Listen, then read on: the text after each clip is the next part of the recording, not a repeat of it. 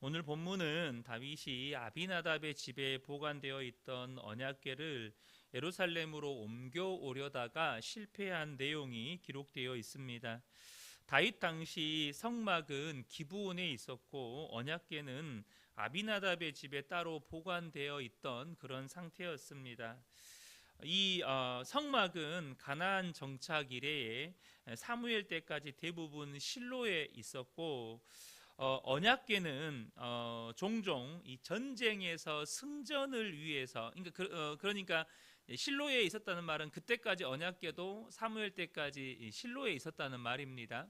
그런데 이제 종종 전쟁이 발발하잖아요. 그러면 그때에 이 승전을 위해서 언약궤가 이 전쟁터로 옮겨지기도 했었는데 엘리 제사장 시절 이 홈리와 비느하스가 타락한 제사장들이었잖아요.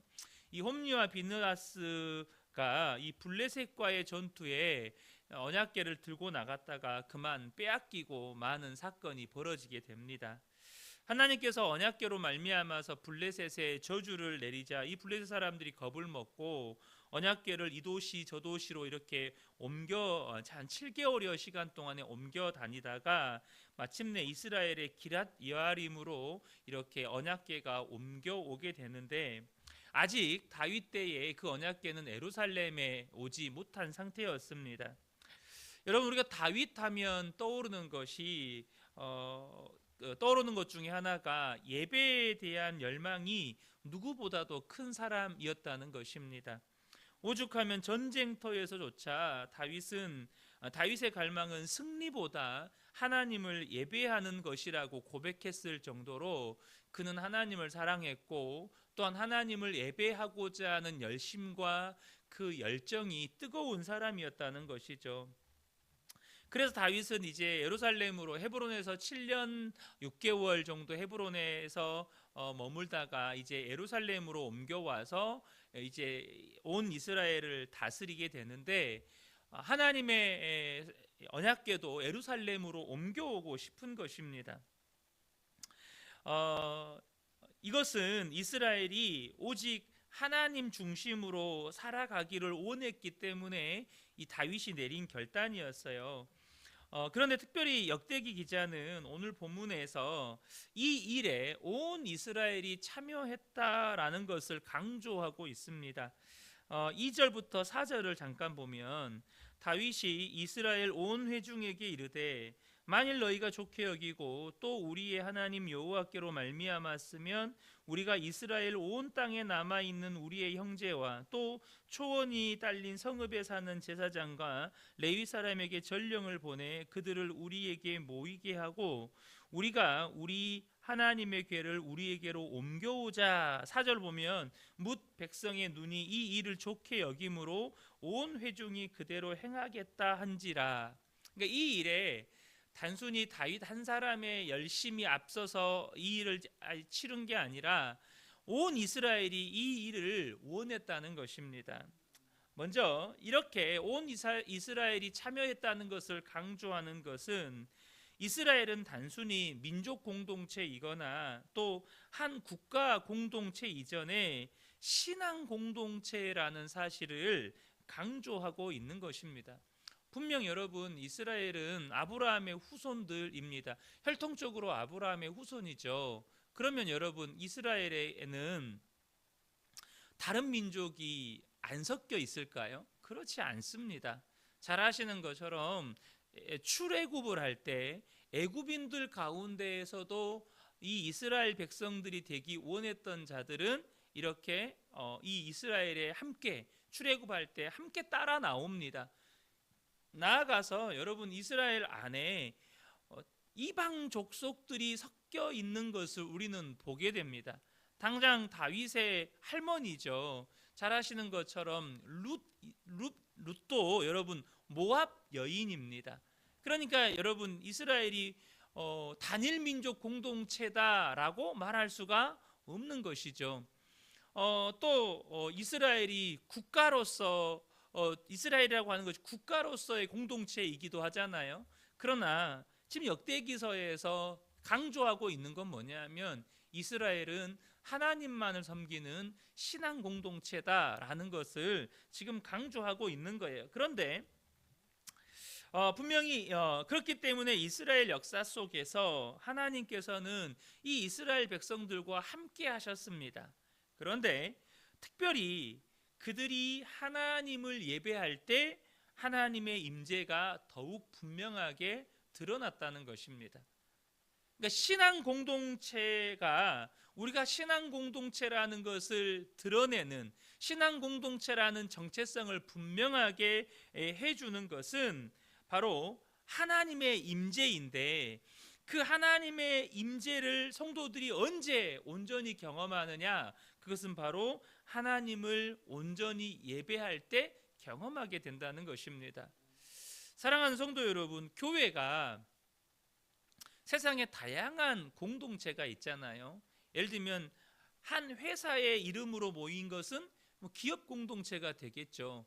또 세상에 가보면 여러분, 사람들이 취미 활동 때문에 모인 이런 공동체들이 있습니다. 무슨 동호회라는 이름으로 산악 동호회니 축구 동호회니 그런 동호회 이름으로 또 사람들이 모이기도 해요.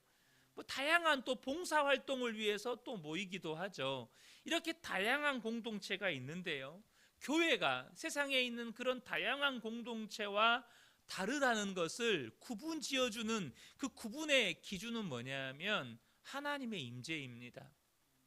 우리는 교회입니다 라는 것을 명확하게 드러내는 건 하나님의 임재예요. 그러면 도대체 우리 이 교회가 하나님의 임재를 언제 온전하게 경험하느냐는 거죠. 그것은 바로 예배라는 것입니다. 그래서 여러분, 교회는 예배 공동체여야 합니다. 교회는 모이면 예배 드려야 하는 거예요. 왜요?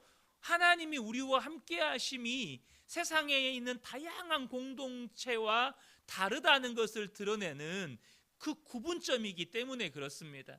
그래서 교회는 모이면 예배하고 흩어지면 전도하는 것입니다. 모이면 예배하고 흩어지면 전도하고. 그러므로 여러분, 그 은혜교회가 교회라는 정체성을 회복하고 또 하나님과의 관계가 더욱 깊어지는 비결은 언제나 이 중심에 참된 예배, 하나님의 임재를 경험하는 예배가 있어야 한다는 거예요. 그러면 여러분, 우리 그 은혜교회가 교회의 정체성을 회복하는 이 하나님의 임재를 경험하는 참된 예배를 어떻게 드릴 수 있는 것입니까? 저는 우리 모든 성도님들이 이 교회가 함께 모여서 하나님 앞에 예배할 때 정말로 하나님의 임재를 온전히 경험하게 되기를 예수님의 이름으로 축복합니다. 여러분, 그 하나님의 임재를 경험한다는 게 뭘까요? 너무 여러분 이것을 복잡하게 생각하지 않았으면 좋겠습니다. 물론 구약 시대 때 하나님께서 임재하면 당장 솔로몬이 성전을 지어 놓고 하나님을 예배할 때 하나님이 그곳에 임재하셨습니다. 그래서 그곳에서 예배드리던 자들이 다 하나님의 임재 앞에 다 넘어져서 일어설 수조차 없었다고 성경은 기록하고 있어요. 그러면 예배 때마다 막 사람들이 쓰러지고 막 그래야 참된 예배를 드리는 것입니까?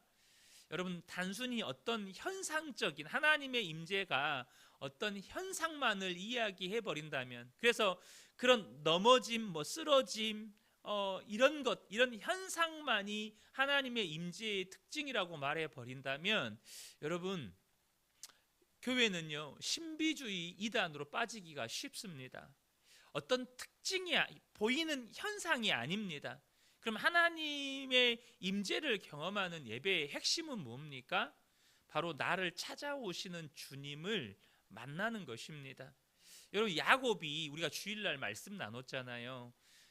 요셉이 애굽으로 초청했을 때 브엘세바에 가서 하나님 앞에 희생 제사를 드리잖아요. 그때 야곱이 하나님을 만납니다. 하나님의 임재를 경험합니다. 그것의 핵심은 뭐였습니까? 나에게 찾아오셔서 말씀하시는 하나님을 경험했다는 거예요. 그래서 야곱 안에 있는 모든 염려와 두려움이 떠나가 버렸습니다. 이것이 하나님의 임재의 핵심입니다. 나에게 찾아오시는, 나에게 말씀하시는 하나님을 만나고 그 말씀을 통해서 내 삶의 문제에 답을 찾아내는 것입니다. 내 삶의 모든 문제에 답을 얻는, 말씀을 통해서 답을 얻는 거예요. 이것이 하나님의 임재를 경험하는 것의 핵심입니다. 그러므로 사랑하는 성도 여러분, 우리가 하나님 앞에 예배할 때 하나님의 임재를 나는 경험하고 싶습니다. 그럼 막 쓰러지고 어떤 그 성령의 특별한 은사를 받고 이게 아니라 나를 찾아오셔서 말씀하시는 그 주님을 만나고 말씀을 통해서 내가 지금 내 속에 있는 그 문제에 답을 얻었다. 이것이 하나님의 임재를 경험하는 예배를 드렸다라는 것입니다.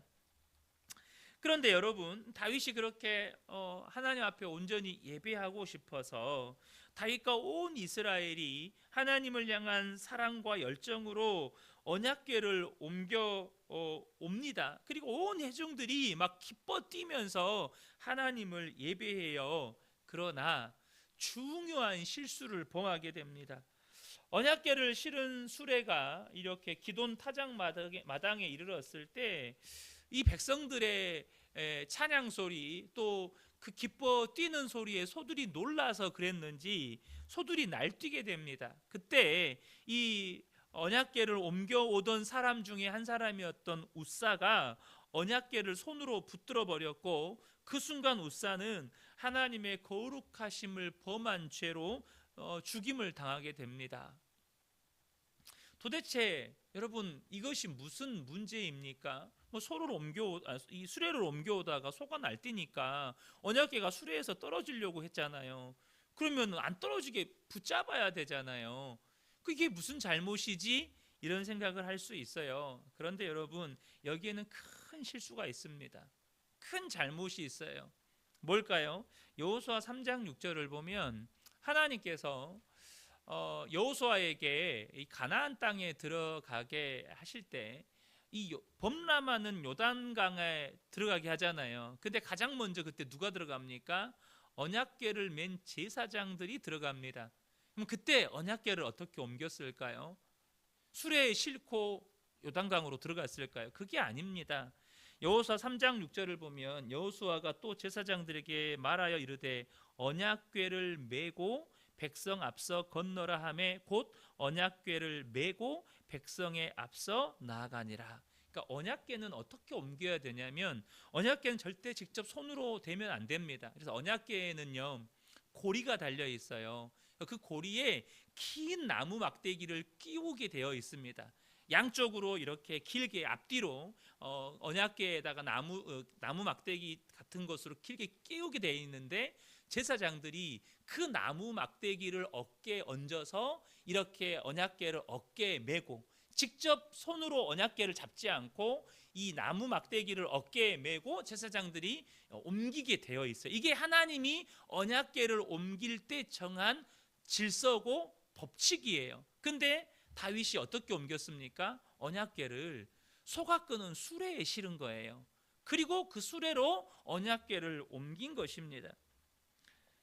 그러니까 다윗은 하나님이 정한 방식이 아니고 소가 끄는 수레에다가 언약궤를 실어서 옮겼다는 거예요. 여러분, 우리가요 하나님의 임재를 경험하는 참된 예배를 드리려면 단순히 내 열심과 내 헌신과 내 방식으로 드려서는 안 된다는 것입니다. 여러분, 다윗 안에 얼마나 하나님을 사랑하는 열심과 그 사랑하는 마음이 있었습니까?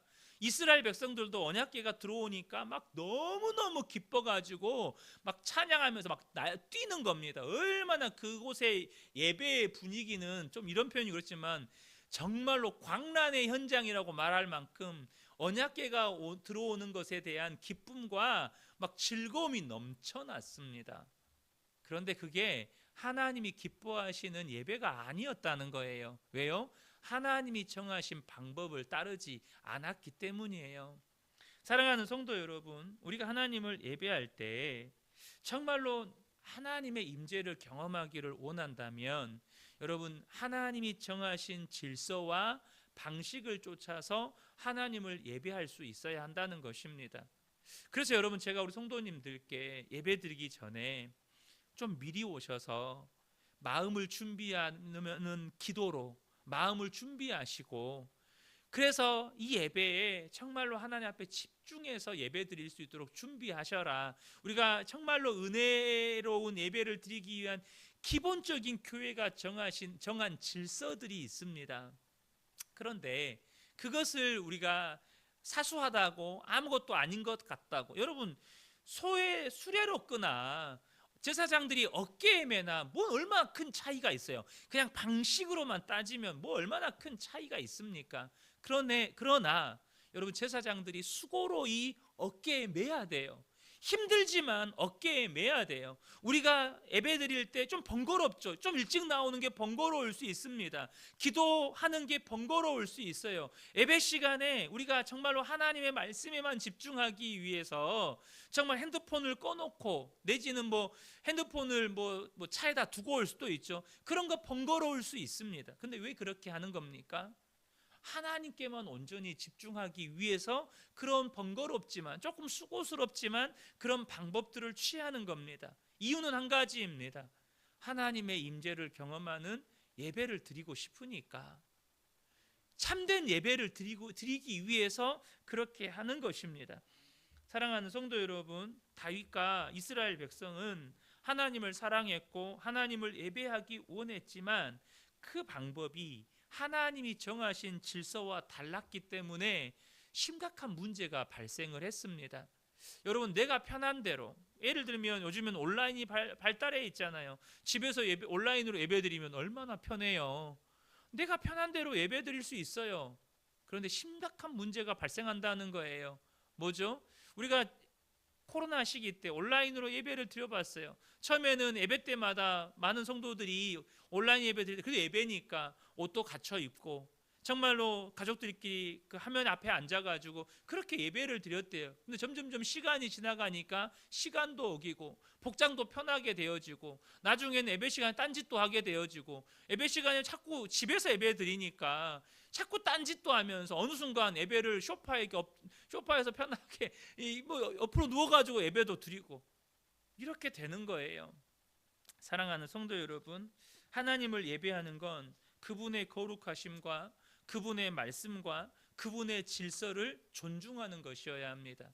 그럴 때 우리가 참된 예배를 드릴 수가 있는 거예요. 하나님이 받으시기에 합당한 예배, 나아가서 말씀으로 나에게 찾아오시는 주님을 온전히 만나는 예배를 드릴 수가 있는 것입니다.